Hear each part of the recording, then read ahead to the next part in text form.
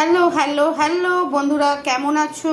আমি জয়তি চলে এসেছি তোমাদের সামনে আবার আমার লাঞ্চ মেনু শেয়ার করতে। সবাই কোশ্চেন করো কি লাঞ্চ হয়েছে, কি লাঞ্চ হয়েছে। তো এখানে দেখিয়ে দিচ্ছি যে আজকে কি লাঞ্চ আছে।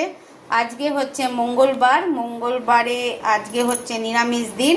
তো নিরামিষ দিনে হ্যাপি মঙ্গলবার, সবাইকে জয় বজরংবলী শুভেচ্ছা, জয় বজরংবলী ভালোবাসা। সবাই নিয়ে নাও ঝটপট।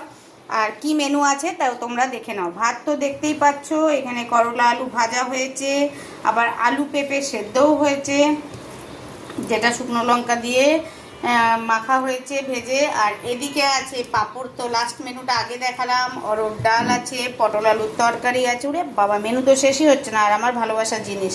তো তোমাদের সঙ্গে শেয়ার করলাম। বাকিরা কে কী খেলে অবশ্যই কিন্তু কমেন্ট সেকশনে জানাতে ভুলবে না।